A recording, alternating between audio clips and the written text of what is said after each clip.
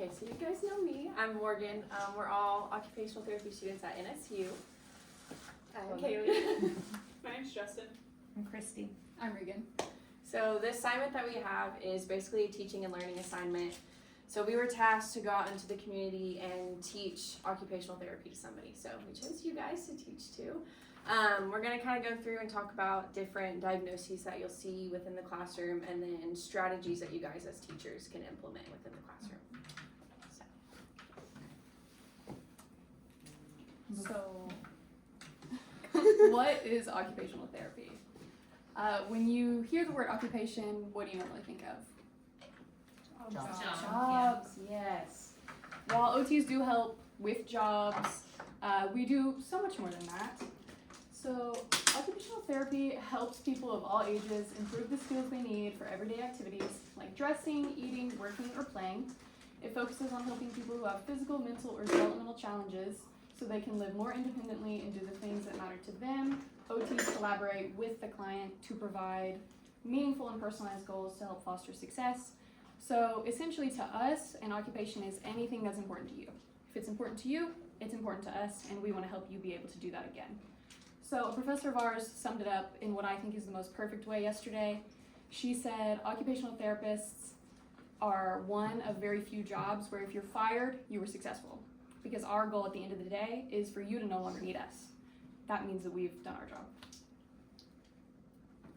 So these are just some of the areas that we address as future occupational therapists. So ADLs are going to be your activities of daily living. These are probably going to be the things that you think of with occupational therapy. So like going to the bathroom, taking a shower, eating, stuff like that. And then we have our IADL, which are going to be your instrumental activities of daily living. So that's going to be things like taking care of other people or your pets, managing your finances, shopping, even driving.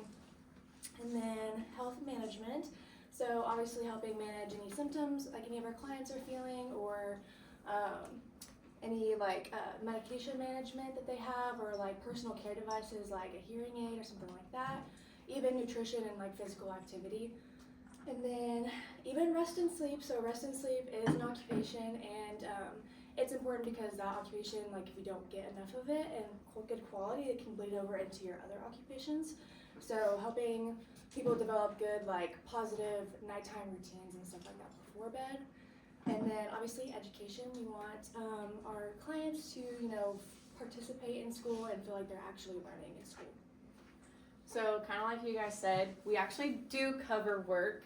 It is a category that we can address with our patients. So whether that's returning to work after an injury or finding a new job that can accommodate their injury that they have had. Play is huge within kids. It's the #1 occupation that a child has. So play exploration. So finding new ways to play, leisure, hobbies, whatever you like to do, we will help you do it again. And then social participation, whether that's with friends, family, a partner, out in the community. We want to help you get back within society. Why should OT be in schools? Because we can help in many areas. The #1 is one-on-one intervention, which you guys probably have seen, is where an OT works with a specific child and can either shadow them in the classroom and help them in the class, or can take them out and do one-on-one coaching with that child. They can also help consult a teacher with classroom strategies, be it like how you set up the classroom, or how like your scheduling, like when would you need a movement break, why is this child always melting down at this time but this kid loves it, like just kind of problem solving with a teacher. And then school implementations, that would be like on a school-wide basis where they ask an OT to consult, like we're having problems with math scores, we're having problems with bullying, we're having problems in a certain area, how can we problem solve as a school district or a certain school? So kind of like we're doing today, we can set a certain time aside during your work day and help you with trainings, educational trainings, kind of like she said, kind of discuss school implementations or classroom strategies, or we can help with programs, and this might be programs after school where the kid, if there is bullying issues or mental health, anxiety, we can kind of implement working with the students during those programs, or even if there's something we need to work on and address with parents and the students at the same time. or even kind of just helping get those seniors, if it's, we don't even have to work with just the younger kids, but maybe the older kids too, and work with seniors transitioning from school life to adult life, and or if there's some kids or students that might have harder time transitioning from one stage of life to the other, like maybe a student needs help going from middle school to high school, we can help with that as well. But like we said, we're not here just for the students, we're also here for you guys. So if y'all need help with your work schedule or need some help with your sleep management, we're here to help with those things too. And of course, we can help with early intervention. Sleep management. So we kind of broke up into different diagnoses and stuff like that, just kind of just go over like what it would look like, how it affects occupations, and then some strategies you could implement. So I did mine over ADHD. You probably have kiddos in mind when you think of ADHD. It's very noticeable. Some of the core symptoms that you're going to see most often is going to be like inattention. So really struggling to focus in on what you're saying. They're often like daydreaming a bunch and just off in their own world. Hyperactivity, they're going to be fidgeting in their seat. They're going to be up, probably walking around when they're not supposed to be, maybe leaning over, talking to the other kids. Impulsivity, they really struggle to take turns, and just like difficulty waiting. And so when they do have to wait, when they're forced to wait, they can have some like emotional outbursts and stuff like that. Some behavioral signs to look out for are being easily distracted by stuff just moving around the classroom. Multi-step instructions are pretty difficult for them because one step goes in the ear and out the other. They need single-step instructions. Struggling with transitions, they kind of get just lost in like the shuffle of things. And then frequently losing toys, pencils, probably homework. But yeah. So how does it impact their occupation? I think of education first because you are sitting down having to listen and like do work for such a long period of like the day, and they really struggle with like paying it like full attention, so having trouble just completing their work and focusing on what the teacher's saying. Social participation and play are both going to be really impacted because especially with the just inability to like wait and take turns and like impulsivity. So you're playing a game with a kid who has some ADHD, and they, for one, didn't listen to the full instructions, so they don't really know what's going on. Then they want to go when they want to go. They don't want to take fair turns, and then when they're done, they just skip, and the game's not over. They just are done. ADL has trouble with like maintaining like a timely manner with like routines such as like dressing or maybe brushing your teeth or like, getting ready for school, and then rest and sleep. Their mind's going 100 miles an hour, so they already have trouble going to sleep, but then their ADHD medications a lot of time cause a lot of sleep problems and like sleep disturbances. So strategies to implement, like I said, you guys may already implement a lot of these. But for the classroom, creating like visual schedules, I've seen it work really well for kids, and especially with ADHD, they often, just wander off, forget what's going on, and so they have a visual schedule to come back to and visually see like, okay, well, this is what's next. Having flexible seating, so like little wiggle chairs or maybe like the little bands on the ends of the chairs, even allowing them to stand up while doing their work, as long as they're not obviously wandering off. We as OT students, our professors actually allow us to stand in the back of the classroom if we're getting tired or having trouble focusing, and it's been helpful for me. And then having like a quiet area to take like little breaks or just kind of like recenter when they're having like a tough time. Instructional techniques, like I said earlier, breaking it down into smaller single step tasks, and then also giving them different forms of instruction. So not only auditory, but maybe some written or visual instructions. Also, movement breaks are really big. They got to get out the energy that's been building up inside of them. Timers are good, so they have like a set expectation for when they're supposed to be done with an assignment.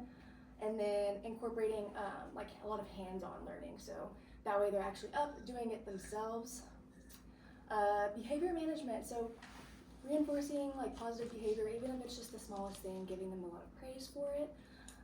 Behavior charts or like a reward system is really good because it's very motivating to the child.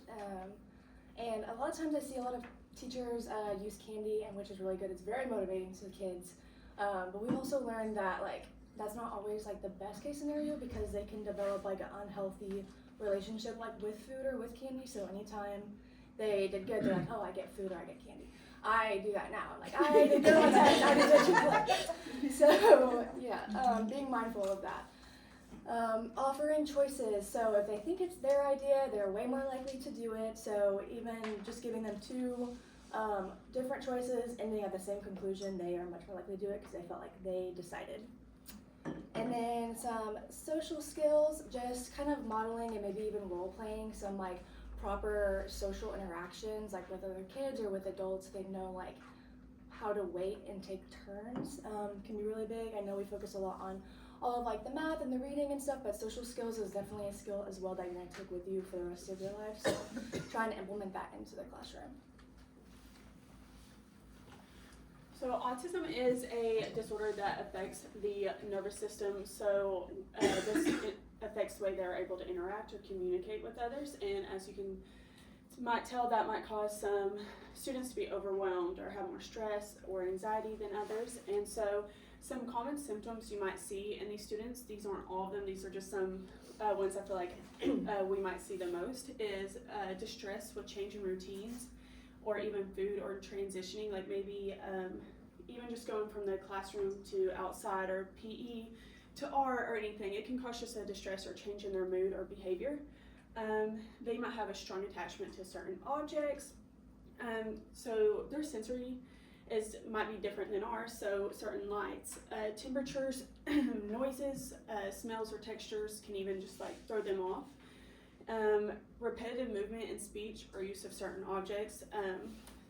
A student might have learned about a tractor over their weekend and he might know every make, model, color, what brand of it, and they might just want to continuously share that with everybody, and they just don't, so they don't understand like the right time to do those things, or once again the not knowing when to put something down or it's time to move on from a certain subject. Or they also experience difficulty with communication. Instead of verbal communication, maybe they need something more visual, or maybe eye contact is very hard for them. Behavior and socialization, typically it might be harder for them to make friends because maybe they like only playing with one toy, but other kids want to play with more. Maybe they have a hard time sharing, or maybe it's hard for them to imagine more on the playground like all the other students. And so different levels. Level 1, you'll see a student that might need just a little bit of support or reminding. Level 2 is where they require substantial or a larger amount of support, and level 3 is where they require a very large amount of support. So impact on occupations. As you'll see, like when we're talking about these today, they almost impact everything in their everyday life. So social participation, because of the communication or how it might be harder for them to interact with their peers or make friends, this can impact their social participation, which leads into play. And then their sleep also, because of the temperature or the sensory of different, maybe the sheets don't feel right that night, or maybe their pajamas are too itchy for them. It's harder for them to fall asleep, which can cause them the next day to kind of just be out of order and all. Education, they might get distracted more easily, or maybe they can't sit still, so they need something like a fidget or a sensory toy, or maybe they just need to stand up, like Kaylee mentioned, or even move around some to help them be able to engage or even participate. And then because of their different styles of communication or how they prefer to communicate, this also might affect their education because you might be verbally giving something, but they need something more visual, so maybe they need a choice board or a picture board to be able to interact or tell you what they need to help them. And so everyday living skills can be dressing, feeding, hygiene, or toileting that this affects. Maybe they can't brush their teeth because the toothbrush doesn't feel right, or can't brush their hair because it doesn't feel right either. And then once again, it can impact their routines because if one little thing gets thrown off or they wake up 5 minutes later than they are supposed to, it can kind of just dysregulate their whole day. So strategies and interventions, when looking at these aren't just for like a specific kid that might have a specific diagnosis or a specific problem that we're needing to address in the school. These are ideas that we think implementing for the whole classroom can just help the whole classroom overall regulate better. And so like Kaylee said, the visual schedule and learning. It's a very good one that I see listed over and over, helping classrooms. A heads up for these students, like I said, a change in schedule can kind of just cause their mood or behavior to change, and so maybe giving them a 5 to 10 minute heads up before a classroom change, or letting them know like, hey, you only have 5 more minutes to finish that assignment, so they're already kind of processing that in their mind that they have to move from one task to another. Information paper, I thought this one was really good. Maybe it's good to send out a paper for the parents to fill out, so you know this kid's specific needs or fears, or like certain noises that might happen at school to look out for, that might cause the kid to isolate themselves or cause a change in their behavior, or if there's any specific needs that they need. Different forms of communication. I talked about some of these a while ago. Maybe they need some sign language options, or even picture cards, choice boards, or voice apps, so they are able to properly communicate with you or even other students. And then a sensory corner. This is, Kaylee kind of mentioned a quiet time or sensory corner. This kind of helps them just like regulate their emotions. Maybe they're too fidgety after recess and need time to let their body and mind slow down and catch up to the next activity. This could be really good to help the students do that. And then fidget and sensory tools are also good to help the students reduce their anxiety, stress, or even help them just gain their focus on whatever subject or task that they're working on. And it's even good to help regulate their emotions. So sensory processing and integration disorder, when we think of sensory information, gonna kind of go to neuro a little bit, but sensory information comes into the body and then motor response comes out of the body. So with a typical developing child, they're gonna get all this sensory input from tactile, visual. They're gonna be able to integrate it, process it, and then digest it to perform a motor response. If someone is not having that integration and digestion of sensory processing, they're gonna get less nourishment. So I kind of think of it as food. So if you're getting sensory integration, you're integrating it, you're digesting it, you're getting your nourishment. If you're not, all of these kids are having a lot less nourishment than someone else their age. So there's actually, when we think of the senses, we think of the 5, sight, taste, there's actually 8. So you have your normal ones that we think about, and then there's also vestibular, proprioceptive, and interoception. I'm not really gonna go to interoception today because that's not something you see like a ton within schools, but vestibular is your body moving in space, or your head moving in space. Proprioception is you feeling your body in space. So if I put my arms out and close my eyes, I know that my arms are over here. A kid that doesn't have that proprioception input is not gonna be able to feel that. So limited sensory registration is going to be, they have no registration of any sensory input whatsoever. They are oblivious to sight, touch, sound, taste.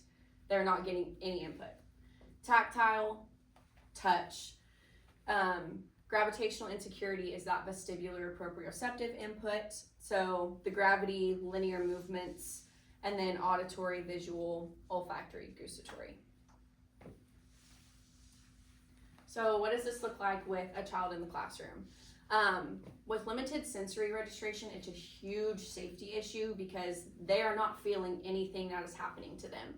They are oblivious to touch, they're oblivious to pain. They could fall 1,000,000 times on the playground and it does not bother them. Scrapes, scratches, it's not noticeable. Taste, smells, sights, sounds. For us, we know when a sound's too loud, when we know when it's hurting our ears. They won't be able to notice that it's hurting them. Tactile defense, so touching. In the morning, textures, food, clothing, a pencil, a paper, if they don't like the feel of the paper. Emotional responses to this, so if they don't like the feel of it, they're gonna get angry, they're gonna get frustrated. The feel of relief, when you have that deep pressure, so if someone is having tactile defensiveness, a lot of the time, they like deep pressure. So maybe you just go up behind them and you push on their shoulders for a second, or you put a weight on their hands so they're getting that pressure that they need. Gravitational insecurity, they're gonna have a lot of fear with doing whole body activities. So PE is probably gonna be a really big struggle for them, running, walking, jumping jacks. And because of this, they're probably gonna move more slowly than a typical developing child. So they might be falling behind in PE or falling behind at recess. They avoid unpredictable or uneven surfaces and fear of heights. This is really big with that proprioceptive and vestibular input. Uneven surfaces, it's a different level every single time, so their body has to regulate every single time they're stepping a different step. And then fear of heights or lifting feet off the ground. A big thing with proprioception is feeling your feet physically on the ground. It gives you that sense of relief. And so if they're hanging on the monkey bars or at the playground, they're not going to be able to do that like a regular child. And then auditory visual, I kind of put these in a category because they all go together in some sort of way. Sounds, bright lights, smells, taste, like I previously talked about. So impact on occupation and strategies and interventions. This is huge for impact on occupation. Every single diagnosis that we have is going to affect pretty much every area.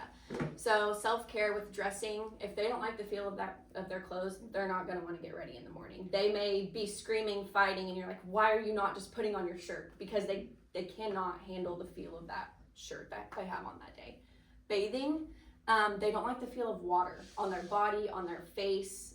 It messes up their sensory system. Grooming, kind of like Justin said, brushing your teeth, the bristles of the brush, the texture of the toothpaste, eating, the texture of the food.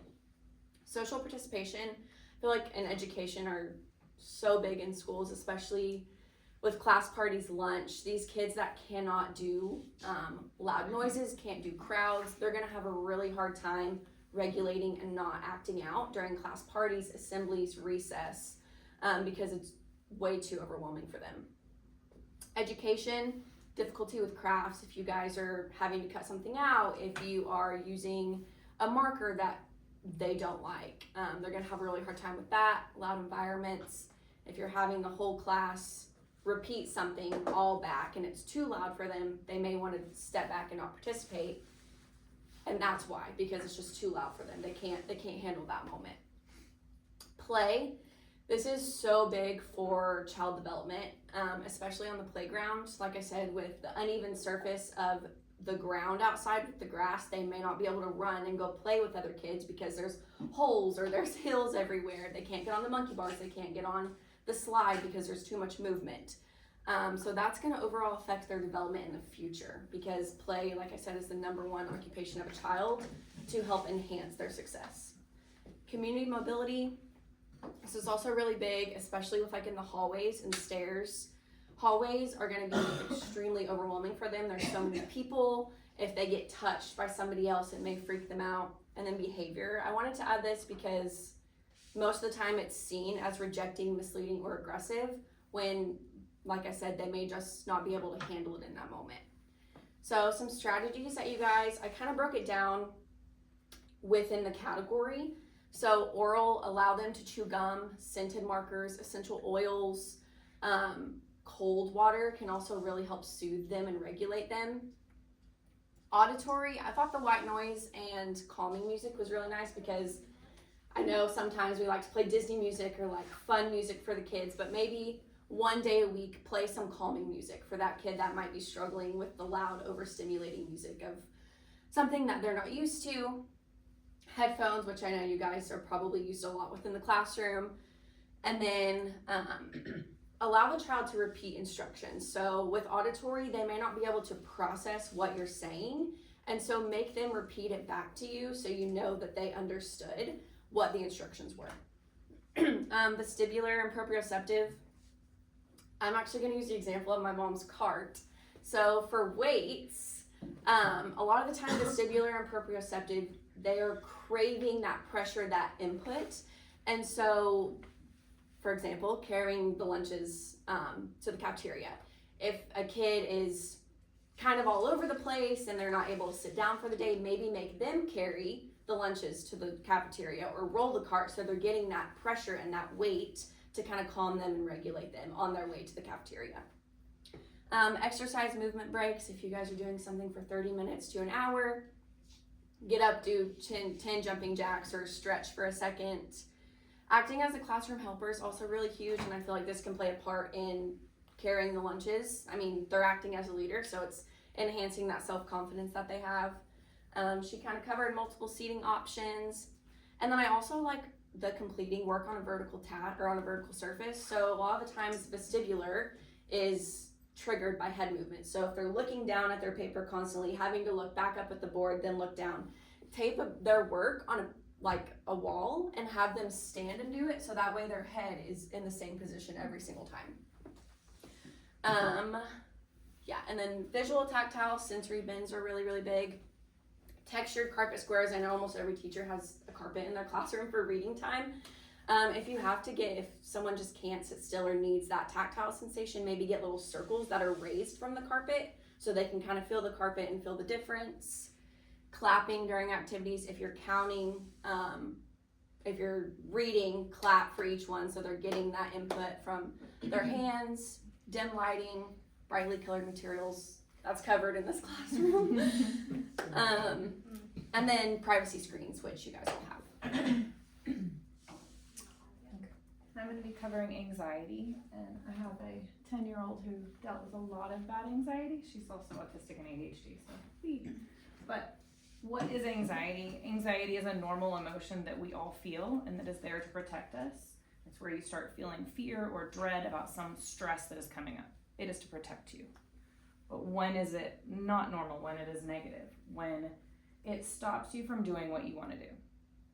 And for a child, if they aren't unable to go to school, if they're unable to do their work, if they're unable to do things that they really do want to do, they're just so scared, then that's when anxiety becomes a big problem. These are the diagnosed anxieties, and this is a definite child one, separation anxiety. You guys will see at the beginning of the school year, especially with littles, but it can be older kids too. They don't want to leave their home. Their home is their safe place. Their mom is their safe person, or their dad.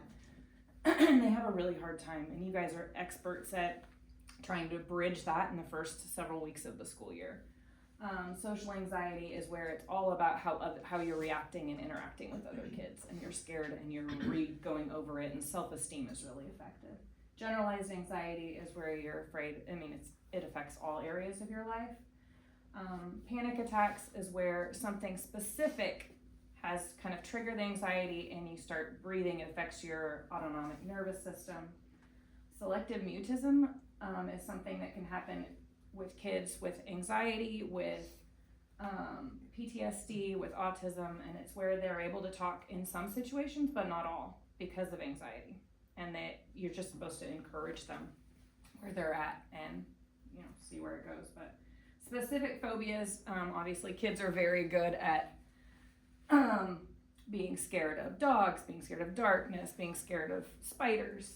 That's what happens with kids. Symptoms in your classroom, some of them are outward, some of them are inward, and you barely see. So some kids are, I wrote in here, irritable. Some of them are acting out and angry, and it is more outburst. Some kids are quiet, and you just think of them as the shy kid, but they're biting their nose till they bleed.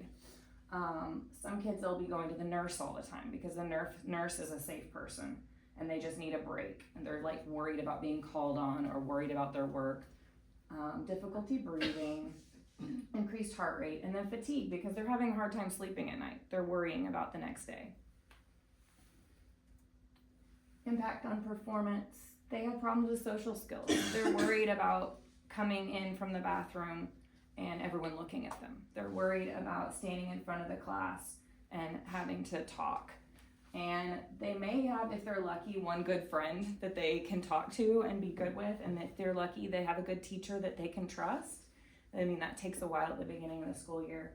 They're going to have low self-esteem because they're not feeling confident. They're feeling scared. They're feeling like their fears are bigger than them. They will have trouble focusing. The fears take over. They're focused on the fear instead of what the teacher is saying. And if you're scared, anytime you've been scared, you can't think. Your body's shut down. You need to be back to calm before you can think and do higher level learning. They may be missing class or school. They may be even getting sick more often than other kids if they're really off. I talked about irritation and behavior changes. fatigue, from the school day is harder, and then they're not sleeping as well. And they'd be not participating. They won't want to be doing anything fun at the front of the room. They're going to be hiding in the back of the room, and no one notice them at all. So strategies and interventions, there's a lot, but these are some encouraging ones. There's a Calm podcast that I really liked, Calm Parenting podcast, and he does a lot with how to help kids bridge into things they're scared of. Validate and normalize. I know this is really scary for you. This is normal for you to be anxious about this. Don't say you should be fine. You should be, you could be brave. Validate that this is big for you. This is hard. Connect with the child, but also make it normal so you're not scared too. Connect with the child. That's huge. Number one is connection. If they feel like they can trust you, then they're going to be, instead of waiting all day and not going to the bathroom, they're going to be saying, oh, I need to go to the bathroom, or they'll sneak up to your desk and tell you. They'll feel safer to be able to ask questions about their homework when they don't understand, because your anxious child is not going to want to stand out, so they're not going to want to interrupt or raise their hand. The more you connect, then the more they're going to open up and calm down. And the same with if they can find a friend. If you can let them sit by their safe person as much as possible, then they will feel happy, they'll relax in the day and be able to see school as a fun and relaxing and good thing that they can be confident and good at. Give the child a classroom job. We talked about this earlier, especially if it's at the beginning of the day. If you have kids that are really, really having a hard time, if you can say, I really need you before school starts for 5-10 minutes. If you can help me do this, I know you're really good at this. If they can come in early, I know it's more work on you guys, then they will be in there when it's quiet, and they'll feel competent, and they'll feel like they're doing something. And then when people come in, it won't be like everyone's looking at them. They're already here, they're already calm. This is when you're switching to a new school or at the beginning of the school year. If you have really highly anxious kids, and especially if you have an autistic anxious child, let them tour the school and their classroom before the school begins. That makes a huge difference, because if they can see it and visualize it and know that, hey, it was calm and safe, then they're ready to handle when all the other kids are there.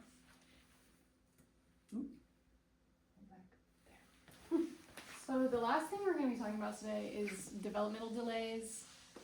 This can encompass a wide variety of things, including speech delays, but today I'm not going to be talking about that because I'm not a speech therapist. So I will be talking about motor delays and cognitive delays.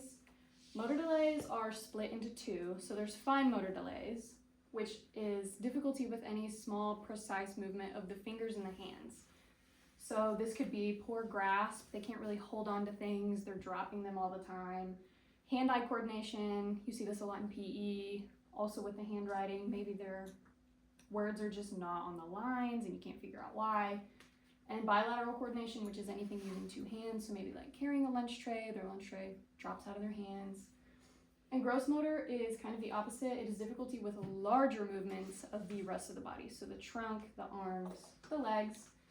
And this can be poor balance, poor coordination. So they can't really, it's kind of like a clumsy kid. I think I have that on my next slide. They're always falling down and you can't figure out why. They can't walk in line with the rest of the class. They're tripping over their own feet. I'm a little bit guilty of it sometimes, but it can also look like poor posture and difficulty with any activity involving strength. So again, going back to PE, anything requiring them to pick stuff up. I know when I was in school, the teachers would have us carry a bunch of textbooks to a different room, so they may not be able to do things like that. And cognitive delays are difficulty with skills such as learning, processing information, and problem solving. So this is poor memory. Maybe you have a kid, somehow every single day they forget where their cubby is. Every day they forget where their desk is. Or difficulty with reasoning, again with the problem solving. They just can't seem to figure out the solution to small problems that we would think were, oh, there's obviously a solution to this, but they just can't seem to wrap their head around how to do it. Following instructions, this could be because we're throwing all the instructions at them at once. I know a couple other of us have talked about single step instructions. This can really help with cognitive delays too. And it can also look like frustration with unfamiliar tasks. So if they are on a routine and you ask them to do anything that's outside of that, they don't know how to do it. They're not going to do it. They don't know how. They don't want to. how does this impact their occupations? So I also have mine categorized. So for fine motor, this can be trouble with their activities of daily living. So you have a kid that always comes back from the bathroom with their pants undone. Maybe they can't zip the zipper or button the buttons. Difficulty eating with utensils at lunch. Maybe they're getting food all over the table. Tying their shoelaces. They can't seem to pinch and grasp the small laces. And opening a milk carton. I didn't even know how to properly open a milk carton until I was probably 10. Something about it is just so confusing. So I could see how this would be extremely difficult for someone with a fine motor delay. It can also impact their education. I touched on the poor handwriting. So if they're not able to grab that pencil, then you're likely not going to be able to read their work because the pencil's just slipping around in their hands. Unable to use scissors, so it's hard for them to participate in crafts. It can also impact play. Play is a big one, if you haven't noticed, that we've all touched on. So basically anything that's manipulating those small objects. They can't build a tower with their friends. They can't make friendship bracelets in art. They can't paint because they can't hold a paintbrush. And then gross motor can also affect play. So back to the PE thing. Anything in PE, like they try to kick a ball during kickball and they fall over, or they're not strong enough to kick the ball. They run and maybe they fall over. Just things with those big whole body movements. Education, they may be unable to sit up straight at their desk. So if you have a child who's always kind of like laying down and trying to write, maybe that's because their muscles are too weak to just sit up at their desk. It can also look like difficulty walking in a straight line with the rest of the class. Maybe not necessarily wandering off, that's a different thing, but if they're following the rest of the class, but they're kind of like loose in their movements, then it could be a gross motor delay. And social participation, it heavily impacts this because if they're unable to participate in those PE activities, then they feel excluded from their friends. And so cognitive delays really affects education, and so that's the only thing I focused on with this. It'll be difficulty focusing on a task because again, maybe they remember bits and pieces of the instructions, but then they get frustrated that they can't remember the whole thing, so then they go off and do something else and it looks like they're just being defiant, but maybe they just did not process what you told them to do. Trouble understanding simple directions. So even small simple directions like go get your cup off that table. They may get lost halfway through because they just hear table and they might go over there. Like they can't process it as quickly as a typical child. Difficulty with basic puzzles. This goes back to the problem solving. If you're doing a simple puzzle with a child and they have the right piece for the right place, but they try it in the wrong direction, they're not going to turn it to fit it in there. They're just going to go, oh, this is the wrong piece. I have to get a different one. They can't figure out how to solve their problems in that way. And difficulty remembering letters, shapes, colors, things like that, because again, they're just not processing that information quickly. So the strategies and interventions that you could be using in the classroom, I left them kind of vague. So activities using Play-Doh. I know I worked at Joyland here in Wagner for a really long time. Anytime I heard the word Play-Doh, I was like, please, no, I really can't do that. But Play-Doh is really helpful because, especially with the fine motor delays, if they have poor grip, it's large enough so they can hold it in their hand, but it's also tough enough so when they're squeezing it and they're making it into something, it can help strengthen those muscles. Pencil grips and adaptive scissors. So again, if you have a child who has poor handwriting, maybe they can't grip the pencil well, you can build up the pencil, put a big pencil grip on it, and so their grip doesn't have to be as precise, like with a tripod grip. They can hold it kind of more open and it may improve their handwriting. Same with the adaptive scissors, this would allow them to be able to participate in the class crafts. An obstacle course would be really good for gross motor and the cognitive delays because with an obstacle course, you're using those whole body movements, you're maneuvering around these things, and for the cognitive aspect, you have to remember, okay, I have to jump over this, and then the next place I go is around this. So it kind of helps them work on following instructions. And then any kind of sequencing game, I use Simon Says as an example. It can also go and help with the cognitive delays, again, with the rule following. It can also help with cause and effect, because if they have cognitive delays, they may not understand, if I do this, then this happens. They don't have that association between cause and effect. So in Simon Says, it can really help with the cause and effect relationship. And for gross motor, you can play movement-based games, which I know is very, very vague, and it almost sounds counterintuitive because if they have trouble kicking a ball, why are you going to go kick a ball with them? But we've learned that repetition is a great teacher, and the only way that you're going to learn how to do these activities is by doing them over and over and over. It sounds really silly, I know. I thought kind of the same thing. I was like, if he's having trouble running, like, why am I going to run with him? Like, I don't want him to fall, but the more you run, the more he strengthens, and we'll be able to eventually participate in all those activities.